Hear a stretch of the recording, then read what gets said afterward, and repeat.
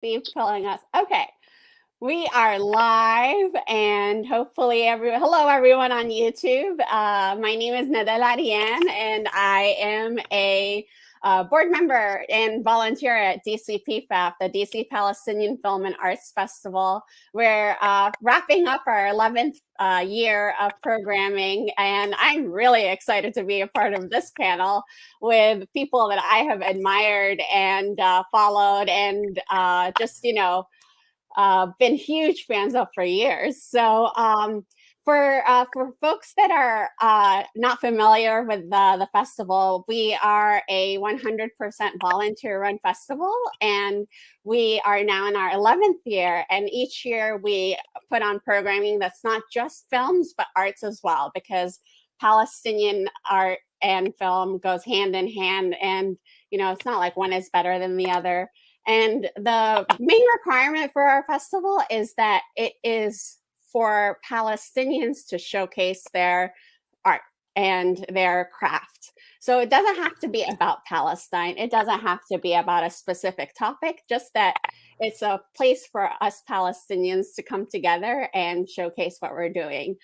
This is our second year being virtual because of the pandemic, but the great thing about that is now we can be broadcast all over the world, and also get to bring some amazing people from Palestine to here in DC to New York to come together. So I've talked too much. So what I'd like to do is kind of go around and have everyone introduce themselves, because I'm not going to do a great job. But first we have Wafa, Ghnaim, who is the author and practitioner at Tatreez and Tea.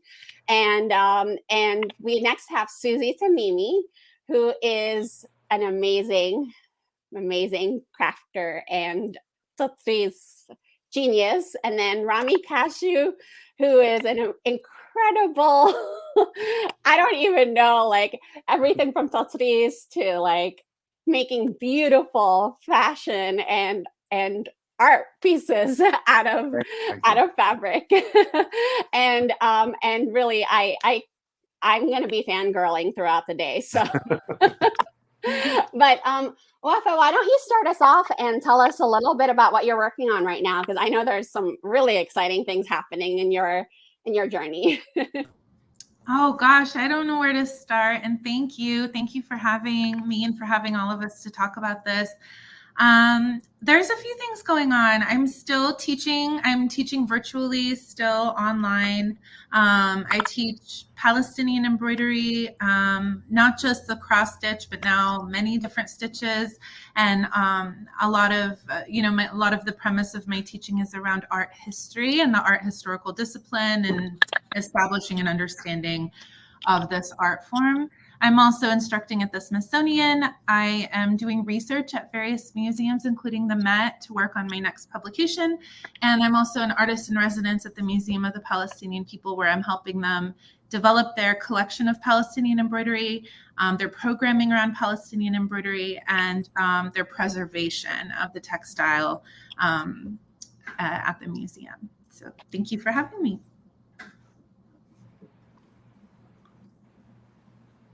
And thank you, Wafa. And also thank you for reminding me this panel is being underwritten by the Museum of Palestinian People. Thank you so much for that. And thank you to all of our sponsors, the folks that donated and really believe in Palestinian art and film. So thank you.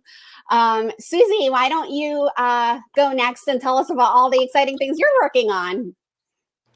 So my main thing that I've been focused on is repurposing old like tattered Tatreez that I've been collecting since like 2014.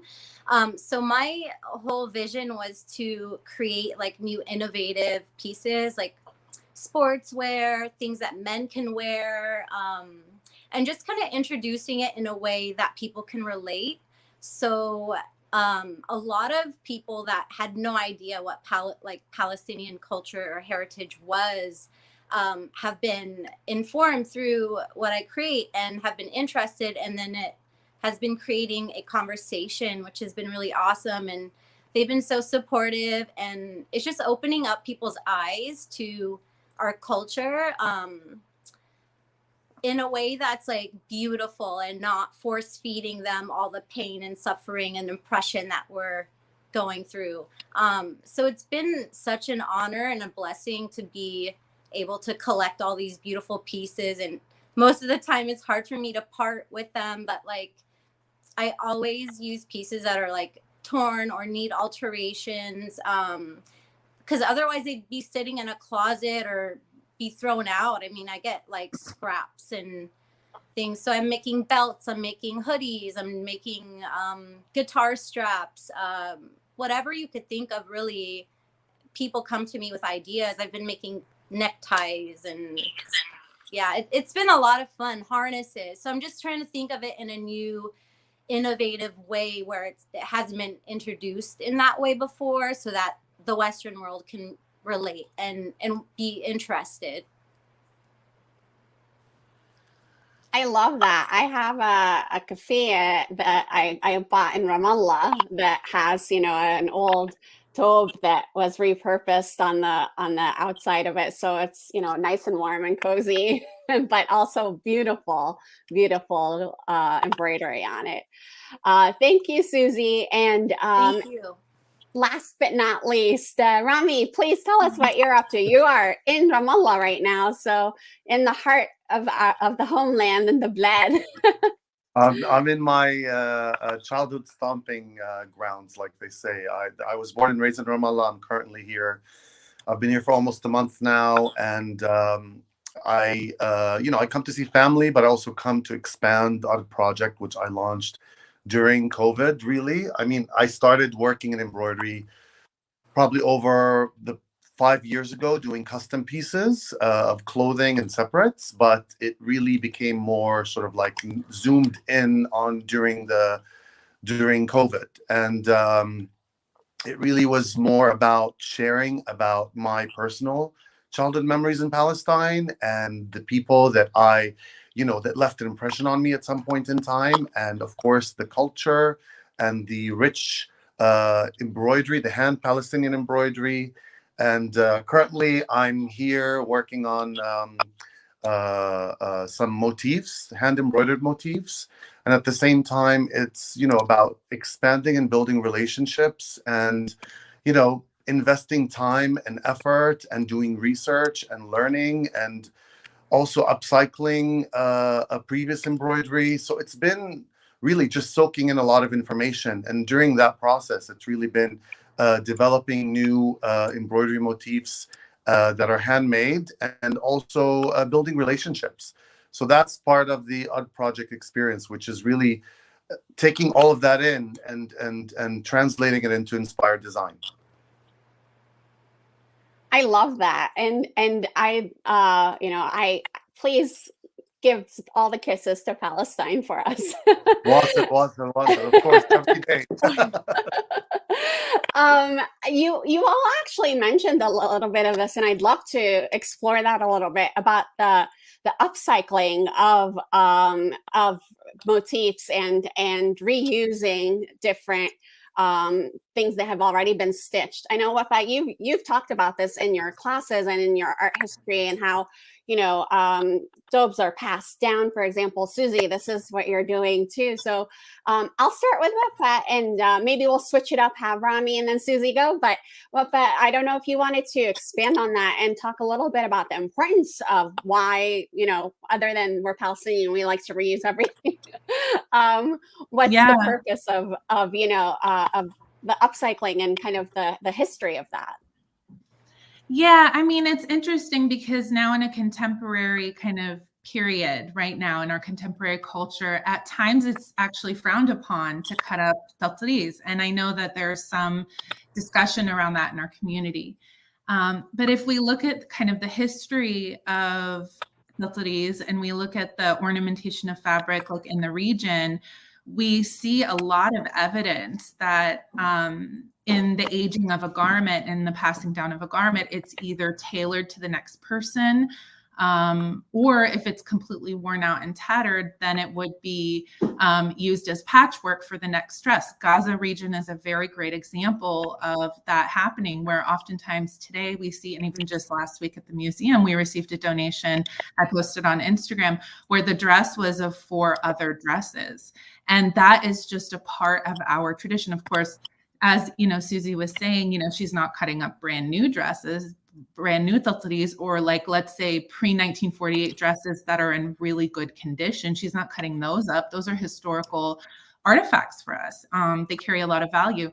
But unfortunately, in this kind of, I would say like more capitalist kind of commodified culture around tatreez, we tend to look at embroidery as without value when it's not something that we can wear. So I think that we have like this tradition of reusing our tatreez because it is frowned upon in our culture to throw away something so valuable.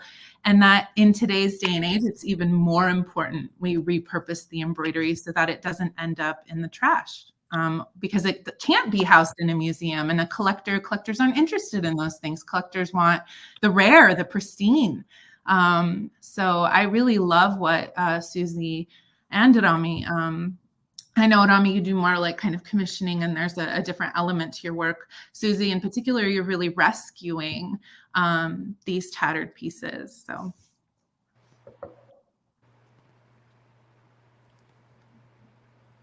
Rami or Suzy, if either of you want to add to that. Go ahead, Or Suzy? No, Rami, yalla. Yalla, Okay. Well, I mean, I think that like I've worked in repurposing embroidery that I had for a while, especially during COVID. And now I'm kind of really learning the balance between what is to stay untouched and what is to actually be almost reshared and expanded. Because really, I mean, having lived in the US for almost 30 years and now being in Palestine, it's also being repurposed here in different ways. Here you notice that it's being repurposed into other thobes, which is like a modern version of a traditional thobe. And every time I come here, I also notice the unavoidable presence of computerized machine embroidery. And you also notice that there's an older generation that usually passes down the hand embroidery to younger generation that is also fading with time.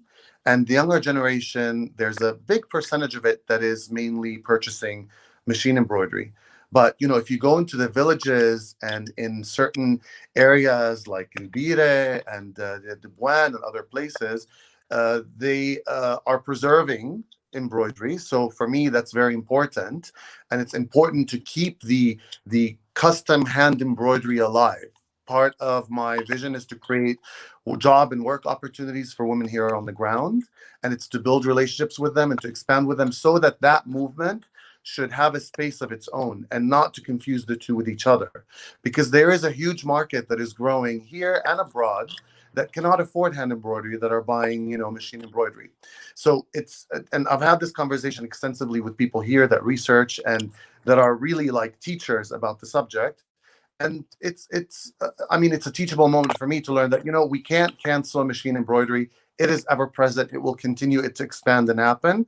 But at the same time, I think that traditional embroidery needs to be where it is, and then repurposing embroidery needs to be almost like an inspired by traditional embroidery in its own space and aisle. So part of what I'm inspired by and doing is to, in a way, like address all three and to find the balance in between. And that's, it's a learning process. It's an ever evolving process. Suzy. Hey, so my introduction into reusing and repurposing Palestinian embroidery was when I got a collection from Hanan Manayir, who is a collector, a historian, and she has a beautiful book called Traditional Palestinian Costume, which I own and I love. So I was lucky enough to purchase all of these scraps, and she got her collection from various people. And I was like, I can do something with these. But that's when she asked me, if you can create a modern day gown using these materials, I will present it to the UN, and it will be part of an exhibit, which Rami was a part of. And actually, all three of us are connected in this way, because I went to Wafa's, I think it was your first lecture at the Brooklyn Library, and invited her to come to, that's when I first met her, to our exhibit. So I made a gown using the scraps of fabric, and I didn't know where to start because there were so many different patterns and like ripped up pieces, and I was just so overwhelmed. But it just comes to you when you start creating. And I'm sure, Rami, you can relate. I just started draping fabrics on the mannequin. I was like, this looks okay, this makes sense, these connect. And so that was the beginning of me repurposing old fabric. And then after the exhibit, I was like, you know what? Some of these things could make like a cool harness or a headpiece or like a t-shirt, you know, which anyone can wear a t-shirt, anyone can wear a hoodie, anyone can wear sportswear, belts, things like that. And then my mind just kept spinning. And in fact, I have a million ideas I haven't had time to make because I'm the only person sewing these things up. I don't have anyone helping me currently, which I am looking for a seamstress at some point. But yeah, I have a million ideas, and it's so exciting to preserve these pieces because they're pieces of our history, and they're each treasures to me. So when I feel them and look at them, I'm just like, oh my gosh, I wonder who wore this and what their life was like, and you know, what their story, like it means more than just buying a dress at a store or buying a belt somewhere. You know what I mean? That there's so much depth to each piece. And I'm just super passionate about it. So I'm so driven by creating something out of these tattered pieces. It's a really beautiful process for me, and it just like fills me up with so much joy, you know? It's amazing. I actually want to add to that. I think what's really incredible too about taking some of these pieces that are from, I think many of the pieces you have are from 1950s, 1960s, possibly 1970s from the refugee camp. So that's why they're so worn out, is because there was a real utility and like necessary function to dressing yourself and attempting to kind of, you know, the Palestinian women kind of attempting to just still maintain their traditional costuming. And as many of us know, the documentation on Palestinian embroidery and kind of what's happened to it after 1948 really tapers off in the 1950s and 60s. So to have pieces from that time tell us a story. And what you're getting at, Suzy, I think is so important in that who wore this? Why is it so worn out? What was this for? What were they doing? Where is it worn out from? What materials were used? Like, and that in and of itself telling a story. I appreciate you bringing that up. Yeah, I mean, I get so emotional when I like, even just talking about it now, like to hold a piece of embroidery that is like 60, 70 years old or however old it may be, and to see the areas that it's tattered in and why. And you know, and we talked about this before, like on the chest panel, like women would wipe their hands on their chest, so like it's worn out in those areas a lot of the time. Where there's just so much that we can perceive and like think about when we look at these tattered pieces, and like kind of form our own story of what that could have been, you know. So yeah, sometimes it's really hard for me to part with the pieces. So I have a huge collection that I'm not letting go of. That's just for me, because I'm like, no, I can't let that one go. But a lot of the pieces I've made are beautiful, and I'm really happy, you know, that other people are feeling connected to our heritage, and they're starting to open their eyes to Palestine, and they're starting to listen, and they're really eager to learn. And it's a beautiful thing, just that making a connection with others that had no idea what Palestine was about. for me, that's one of the most rewarding things about doing this. I'd like to add something to what you were all saying. I think in terms of it's a subject that I feel like I learn and uncover a new piece of information that's so valuable, and it makes it that much more rich. For example, today I worked with women nearby on a new motif, and I was taking apart itamin, which is what we call, which is the marca that gets placed over the fabric, which has the 90-degree angle woven. Yep, there, you're carrying it. So that, and then I for the first time, I sat with Nasser, who showed me how you take it apart without damaging the thread, and just doing that alone was like a meditative state for me, because not only did it bring me closer to the craft itself, it made me feel more connected to it, and it made me more curious to the whole subject. Just hearing it, seeing how much time it takes, how it's very labor intensive, and it's a process. It requires patience. It requires many conversations. It's a lot more than just a needle and thread.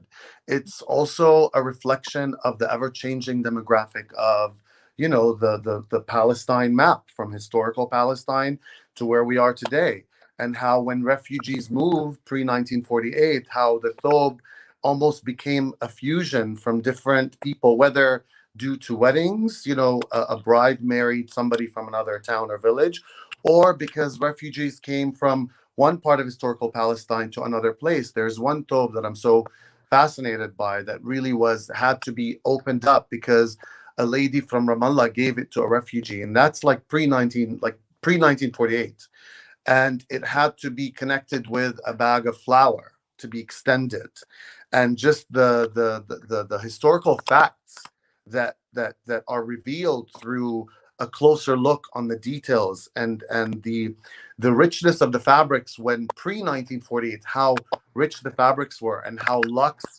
and it shows the wealth of a lot of the Palestinian people, and how that slowly changed, and how during 1948, when women had to go out and work because due to the Israel occupation, a lot of men were being arrested, how the embroidery started to fade. It just was mainly focused on the upper part of the collar, and how from the waist down, it became much simpler. And of course, as the ladies were saying earlier, how, the worn out, depending on where the marks are, whether it was in the under the elbows part or the knees, or depending where the rips and the wear and tear are, it also told you what that particular woman was doing and what part of historical Palestine she was living in.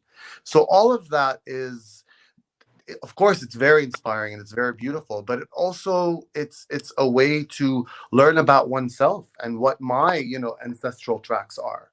So that also is even a larger inspiration, and it's a history lesson that I don't think is extensively taught in schools. Definitely not taught in schools. I have to go back to the waist canvas. That was the first thing my mom taught me and my sisters to do, because she was making thwab وكانت تطرز كتير, but she didn't want to take the waist canvas out, and we were too young. There's a picture of me at 2 years old pulling waist canvas out with tweezers. So she started delegating that to me and my sisters, and actually it was such an important learning experience for me, because I did that for many, many years in my childhood before I really was able to do any big, large range stitching. And because she spent a lot of time explaining to us how to be careful around tweezing the embroidery thread versus the waist canvas. And we just became really careful and very respectful of her stitches. And I remember one time, there was a couple of times I had accidentally snagged her thread, and I felt so guilty. I was so guilty, Mom. I'm so sorry. And it was the respect of the Tatreez was just up here. I knew it was her handwork that I had snagged. It's important to learn these things. The process is important. Mm-hmm. Yeah, I spent the last hour doing that before we started, so it's fresh in my in my hands still. I'm still And then trying to find a the good reveal of tweezer the for it. Tatreez. You know, once you reveal all these lines, and then the Tatreez emerges, and it's like a birth experience. It's so beautiful. It really is. Totally. I love how you explain that. It completely is a birth experience. Actually, and as someone who's like stitching, even this while I'm starting to stitch it, I'm like, Yeah. oh, I can't believe I'm even looking at this because the waist canvas is white. Yes. And it just changes the whole aesthetic. And then when you finally remove the waist canvas, it reveals the true brilliance of your color selection. Let me just say, poetic you're like, okay, I was on the right track. Yeah. That's so amazing. I learned my family, my aunt is really amazing, like Palestinian embroiderer. But I learned how to actually do it from Wafa because Wafa has way more patience, and I now, as an adult, have way more patience to sit down and like actually learn it.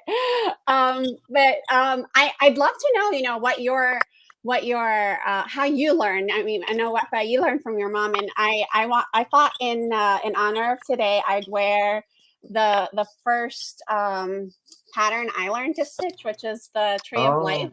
Beautiful. Nice. I did not make this. I bought this in Palestine last time I was there, but I'd love to hear, how you each learned. Was it, I think that the great thing with so many Palestinian traditions, whether it's tatreez or cooking, or we're an oral tradition kind of society. And I love hearing, how the history passes down. So I'd love to hear how you all learn to embroider and switch it up. Maybe we'll start with Rami right now. Well, I mean, it wouldn't be. I mean, I'm still learning, to be fully transparent and honest. I mean, I don't think I'll ever stop, and I'm still learning the cross stitch. I'm not as experienced as Wafa, or I don't know where Suzy's at, but I'm not like I'm learning slowly. But more so, it's the language of Tatreez with the ladies is the first early stages of it all. But like when I was a child, when I was a kid growing up in Ramallah, I would go to my best friend's place in El Bire, Jala, and I was 10, he was 11, and his mom always wore the most beautiful taubes, really, really, really beautiful. And during, wedding season, usually in the spring and summer, there was always this like group discussions about what each one was going to wear and which, what thread combination and color stories she's going to create, and how it was like a very involved conversation through family and friends and neighbors and so on. And that was my early inspiration of Tatreez. Of course, going to the city and to the hisbe, to the souks, and seeing all the women. And back then, you saw it a lot more than what you see today. Today, you see people wearing, you'll see, especially in Ramallah, being a big city, you're seeing less and less people walking around in taubes. And I was just having this conversation with a woman who does embroidery, and she was saying, look outside, you don't see that many people wearing taubes, maybe in other villages nearby and so on. But when I was 16, I asked permission from, the school principal to do a traditional fashion show, and they gave me the green card to do it. And with the help of my class students, we borrowed about, I think it was 12 looks, full looks, headpieces, jewelry, twab, all of that in the Friends school in Ramallah. And my classmates modeled, and the entire school watched the fashion show. And that was my first like hands-on experience with Tatreez. And now the stages that I'm in now, it's more about like really reading and understanding and learning about the history and where it comes from, and also learning the Tatreez myself. But more so, it's really having conversation with the women and really building those relationships and learning from them about certain terms. Like, for example, I mean, I learned something that I didn't know about before, is that, in some areas, the twab, the sleeves in the summertime, they would remove them in some places and then they would sew them back on. I had no idea. For the first time, I saw a short sleeve tope, like in Khalil, for example. That's done in other areas. I'm still learning about that. So every time there's like this really big piece of information that I'm in awe about, because there's, there are lots of books, people are doing important work, but there's always more and more to peel and uncover. So I find that to be really, really important and beautiful and inspiring, what I'm working on for our project. I was just gonna say that I have some thobes that are short sleeved that I was like, I didn't know they made short sleeve thobes, because I mean, come on, when it's hot, like that must be such a relief, And then something that Wafa taught me, because I have some sleeves that actually tie behind you, so they're like almost, is it like a triangle sleeve, Wafa? And then it has like a little strip where you can tie. So when women are working, they have more movement with their hands, with their arms. But yeah, my first experience embroidering was Wafa being my teacher. So, and it gave me so much more appreciation for Tatreez, because I embroidered like this much embroidery. And it took me 2.5 hours. So I gave it as a gift to my mom. It was a tree of life, and I wrote Mama I embroidered Mama underneath it. And so she has it. But that was the first time I ever actually physically did Tatreez on my own with the guidance of Wafa. And I was just like, wow. If it took me 2.5 hours to do this little bit, imagine, like, my aunt gave me a dress that took her like a year to make. I mean, because they have jobs too, but like every day they would do a few hours here and a few hours here. So it just, I mean, it takes a lot of patience and time and focus, and it's just such a beautiful thing. And it just, really gave me a lot of appreciation when I did it on my own. I was like, wow, you really have to pay attention and focus, and it takes time. So thank you, Wafa, for introducing me to that. And I have to take one of Wafa's classes. I have yet to take one. You should. It's so much fun. And she's such a great teacher, because she's so patient and she explains things very clearly. And she also, it's just very clear and a lot of patience, and you have to be patient. My mom is not a patient woman, so she didn't teach me Tatreez. She taught me how to knit, and then she kind of gave up really quickly. But so it's priceless when you have a teacher that is patient and cares about you actually learning, and so I appreciate that. Oh, that means so much to me. And I actually have that picture. I took at the end of every live class, I would always take a picture of everyone and their project one by one. And I have yours still, actually. I look like a little girl, like that's so you're like, I was so happy.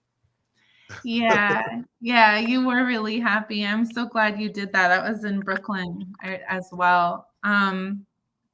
But I mean, I think a lot of people know where I first learned Tatreez from my mom. But I would also say that, and I've kind of always known Tatreez like to be a part of my life. But I would say that as time goes on in life, you always kind of have to reteach yourself. And Rami, you were saying you're kind of a student still. And I would say that everyone's really a student, because no book has all the information. And so much of our history is passed in oral tradition. And so if you are trying to learn this, and even, now we see a lot of people offering Palestinian embroidery classes, which I'm very happy for and I'm really supportive of. And it's always just good to remember that even educators, even the people that are teaching Palestinian embroidery, are forever students. And now we have Malik here in his Batman costume. Hi, Malik. I miss you, Malik. Hi, Batman. But that we're all forever students. We should anybody who claims to know everything about Tatreez isn't somebody that there's somebody that needs to keep learning, because nobody knows everything. And I work with the elder community always in order to, please don't be distracting, because they're part of developing like a more comprehensive knowledge on this subject. And even myself, I'm always learning something new. I'm always updating my curriculum. There's no such thing as one single, expert. And I even work with Tatreez Center to peer review my research. Even they tell me that.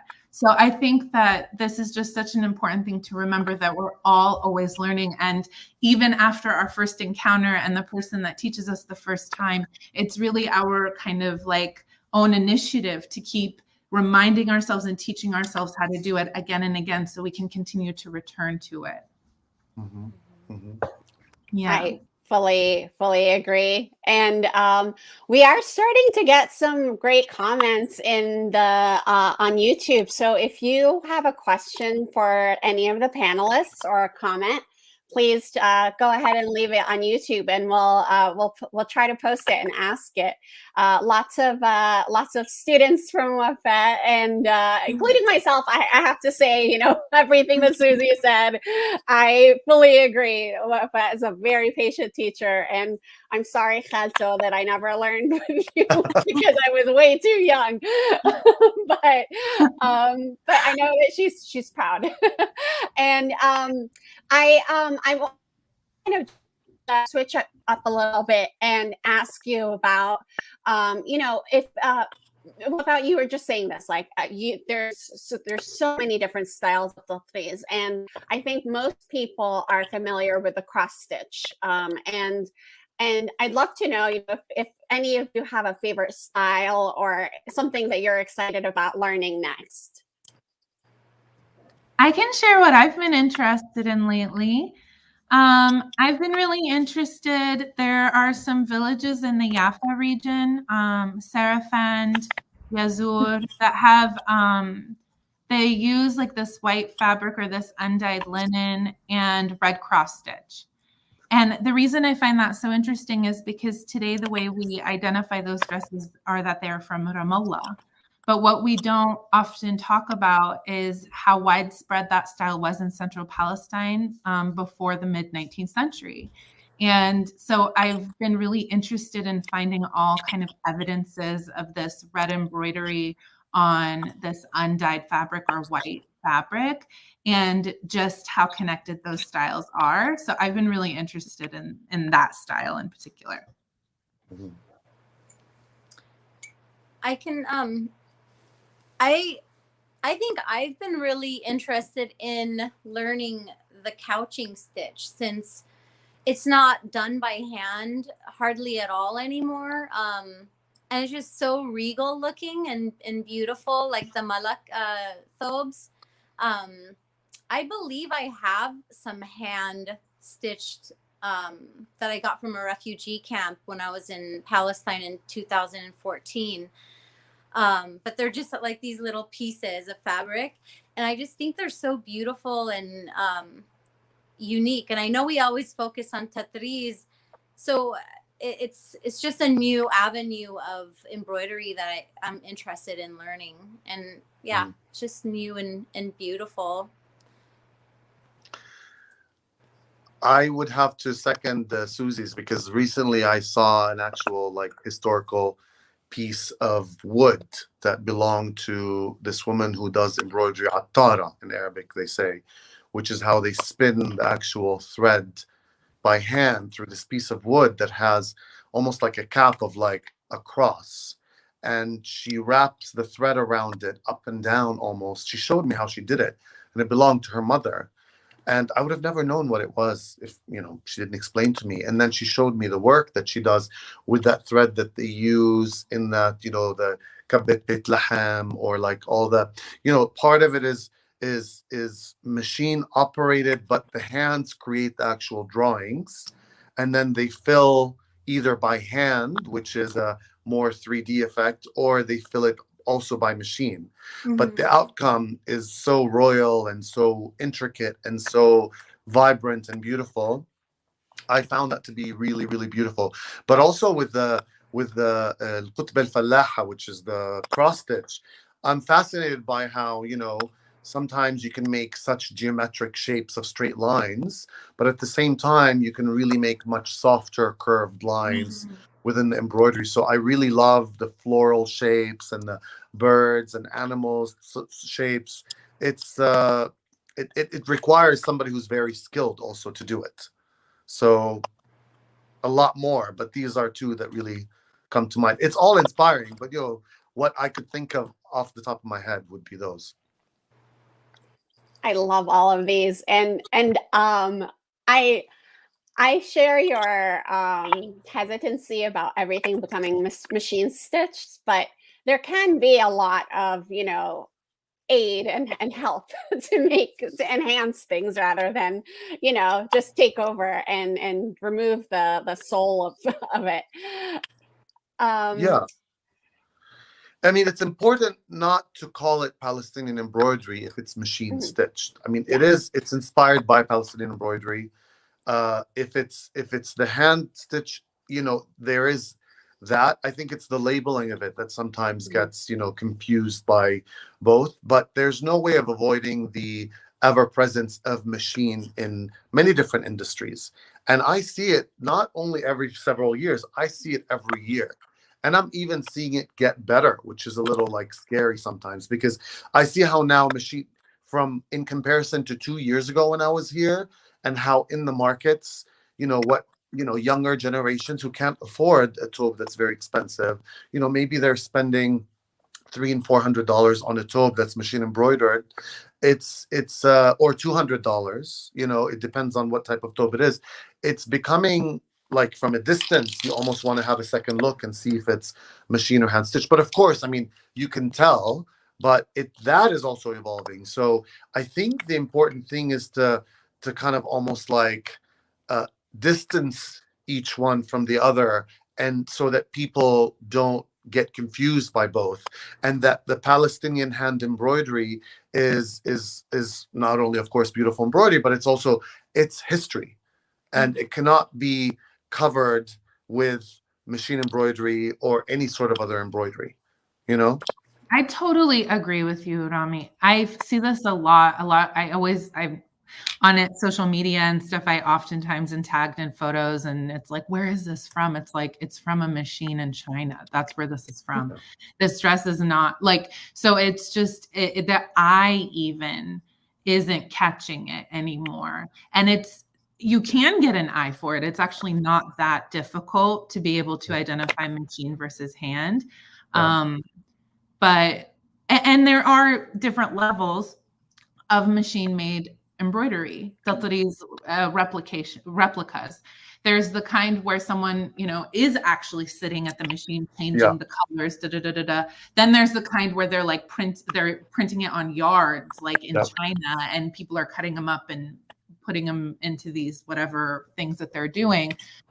So I try to focus on, when I do want to buy something machine, that it's from a Palestinian who's operating the machine, and that the designs are faithful to the traditional motifs. Yeah. So I think there is kind of a difference there too, but I agree. You have to really distance the two. I think that's a really great point. Yeah. Yeah. And you know what? I mean, here in Palestine, it's really taking over. I mean, it's important to also identify that. And that, there is now almost like a revival of the Palestinian Tatreez with the younger generations. And I'm happy to hear that and see that. And there's also, new boutiques opening within Palestine that are repurposing embroidery on denim jackets or, T-shirts and sweatshirts and so on. So the Tatreez is almost like branching out in different ways. But I almost think that, the top of the pyramid should always be and remain Palestinian embroidery made in Palestine, and the importance of it and what it says, does, and tells. But almost like mushtaqat al-Tatreez, like they say in Arabic, like that's bound to happen even here in Palestine. It is happening here. It's not just happening abroad. So it's important to acknowledge that and not to call it Palestinian embroidery. It's inspired by Palestinian embroidery.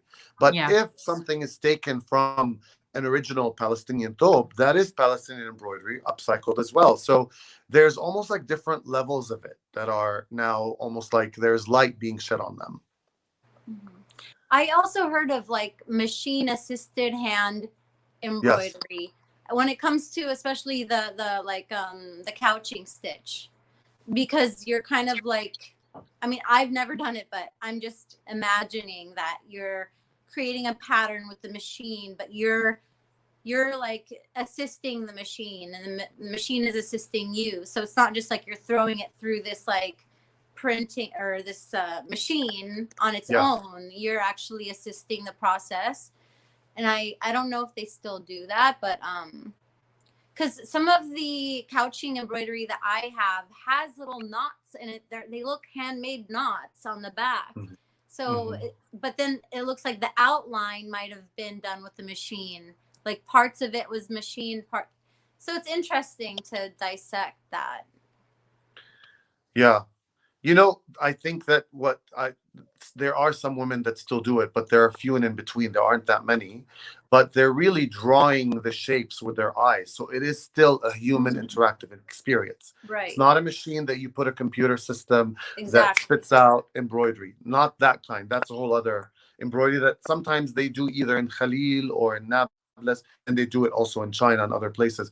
But that is really, like, back in the day, historically, everything was made by hand, which is insane. I don't know how. I saw some tobes that have handmade from start to finish, and it's just fascinating how the meticulous detail that is there behind, like outside and behind the stitch, is equally beautiful. But now that rope fabric, the machine almost like picks it up from underneath with a very skinny thread that does not show on the outside, but you see it in the bag, almost like a zigzag stitch that does like almost like ground that thread. And then either some ladies fill it by hand in between, which is the flowers and shapes, and then other women, and it's at a different cost, it gets done by machine. There's a slight difference, but they're both beautiful. But it's machine, but it's hand operated, and it requires imagination and talent. Not anyone can sit on that machine and create such beautiful shapes. It's years and years and decades of experience. So that's also a part of Palestinian embroidery. I think that's so important too, because it's almost like embroidery 2.0, or like it's the shape that it's taking to it. And we have had a couple of questions on that, about, you know, how your styles are modernizing, I should say, Tatreez, and, you know, going from a traditional thobe or you know, a scarf or something like that to wearable everyday garments. And you know, also, you know, this session, we're calling it With Tatreez We Resist. So thinking about, you know, modern wearing of Tatreez, and whether it's folks who are Palestinian or not Palestinian, and also how that could be a form of resistance as well.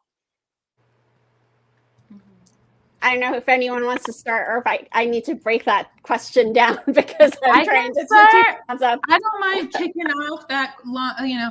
I guess, you know, in my classes I do teach. I can teach like a traditional thobe, and I do have apprentices I'm working with on that. But I also teach like how to how to stitch onto contemporary pieces.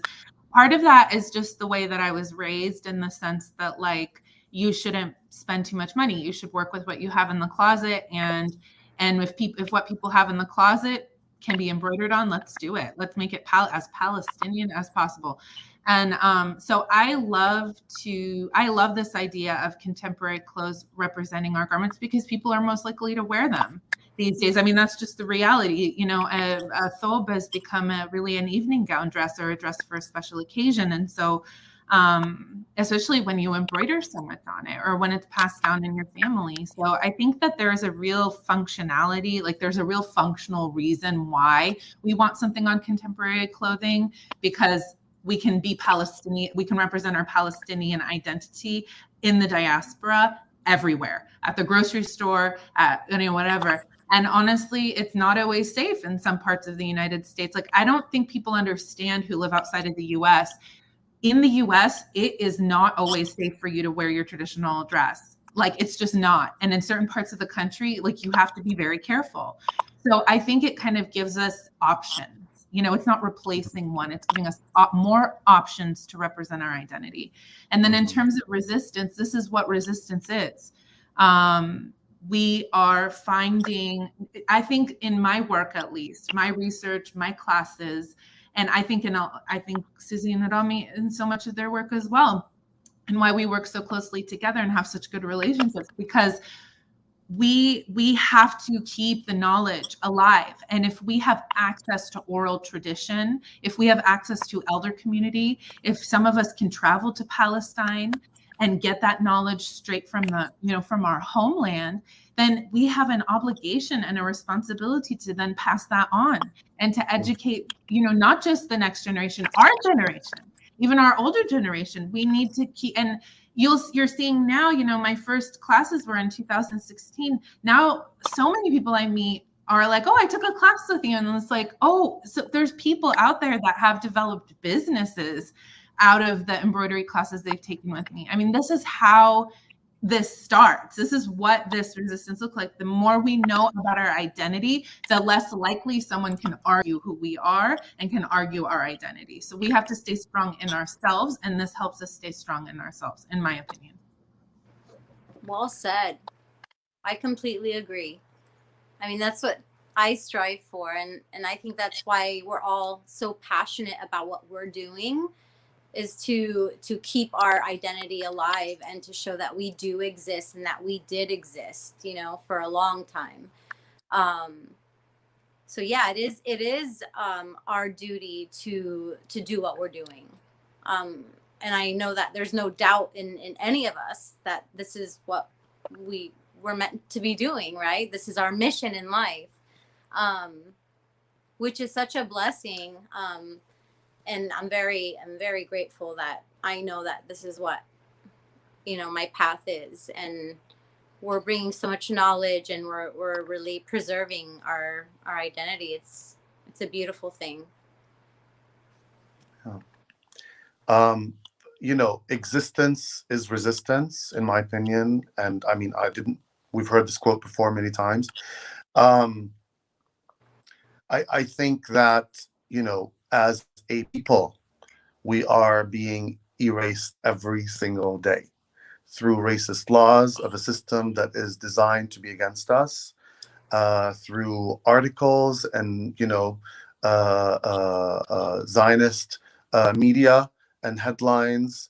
So I think it's important to, as long as, you know, as hand Palestinian embroidery continues to show its existence and attract people through its beauty, and not even storytelling, through its factual information sharing, because it's factual. It's not an imagined story. It's real. These are facts. It comes from a real time and place.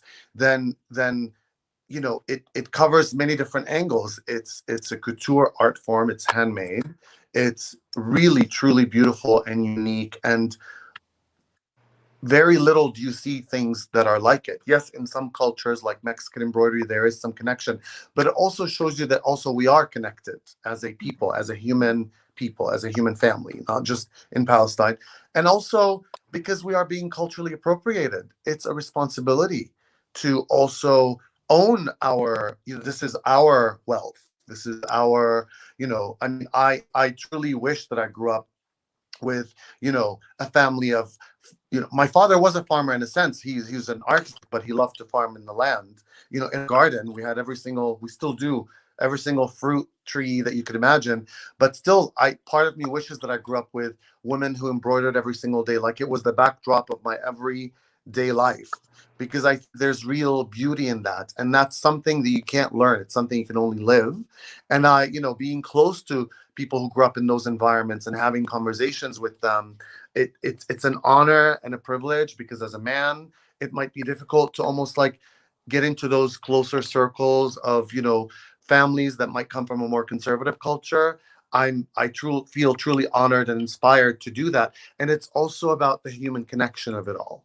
So for me, it's a lot of things. Like, it's inspiring, it's important, it's historical, it's teaching people, but it's also it's evolving myself as a human being and reconnecting me with parts of myself and places that I come from that I didn't really know necessarily if I didn't dig deeper.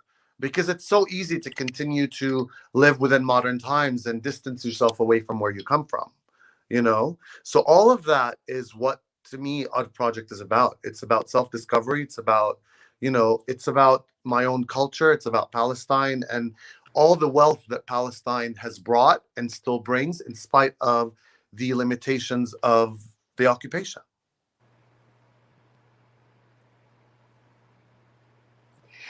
And Rami, you touched on this, and I feel like we have to cover this because we are talking about Palestinian culture and cultural appropriation. But I'd love to hear from everyone about your thoughts. I've heard in the Tatreez community, for example, why are people who are not Palestinian learning Palestinian Tatreez or Palestinian patterns, or why are they wearing, Palestinian Tatreez, for example? But you also see it on a larger scale with companies not giving any, any say that this is Palestinian, or worse, like Zionists being like, oh, this keffiyeh is like an Israeli keffiyeh. I'm like, what? Yeah. So I'd love to hear your thoughts. I don't know if anyone wants to start us off, but Suzy, I feel like you haven't talked in a while, so maybe you could kick us off. I mean, the first thing that came to mind was the whole Louis Vuitton thing with the their version of the keffiyeh, but they did not mention at all that it was inspired by Palestine, of course, and it was like, I don't know, $500 or more for their scarf. So there is, I mean, appropriation, and there's a difference between appreciation and appropriation. So I do, if someone is going to create something that has no ties to Palestine, I feel like it's their responsibility to credit where the inspiration comes from. And I'm okay with that. But if these big companies, these billion-dollar companies, are appropriating our style or our heritage in some way and not giving any credit, there's a big problem with that. So that, I mean, it's very offensive. And yeah, I mean, because they're profiting off of an oppressed culture while they have this huge platform where they could be doing something positive and powerful to help us in some way, or at least give us credit for, our tradition and our heritage. Yeah, and there's a difference between an individual and industry. When an industry is taking a design, taking a motif, and divorcing it from its original cultural context, that's appropriation. When an individual is supporting that industry by wearing it, that's appropriation. When an individual is wearing traditional Palestinian costume, traditional Palestinian dress, and has no idea the history of what they're wearing, and they cannot speak to that while they're wearing it, and they are not connected whatsoever in our solidarity movement, that's appropriation.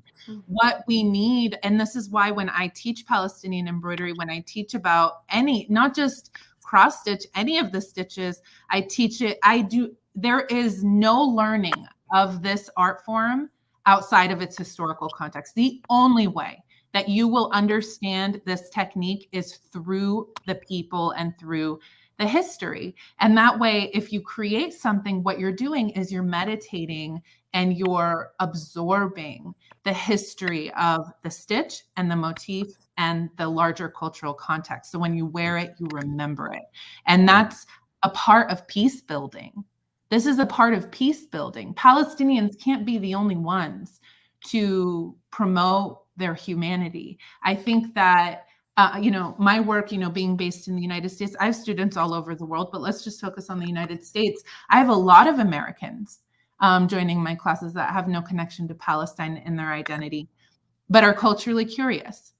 And when they've stitched with me, they can walk away and say, and if they end up in a conversation, let's say at a barbecue, and someone's like, oh, those, Palestine is causing trouble, well, actually, sir, I stitched these embroidery motifs with this community of Palestinians, and they were really nice, and they were very peaceful, and I don't like to say, oh, it's just about peace. I don't like that dichotomy that that's so prevalent in the media, but it gives them, what I'm trying to say is it gives them some knowledge about our humanity, our arts and culture, our history. So when they're addressing racism or prejudice in their community, they have that to reference. And I think this is a part of a larger movement that we should all be open to, is that Americans, non-Palestinians, allies can stitch alongside with us and support and stand in solidarity with us.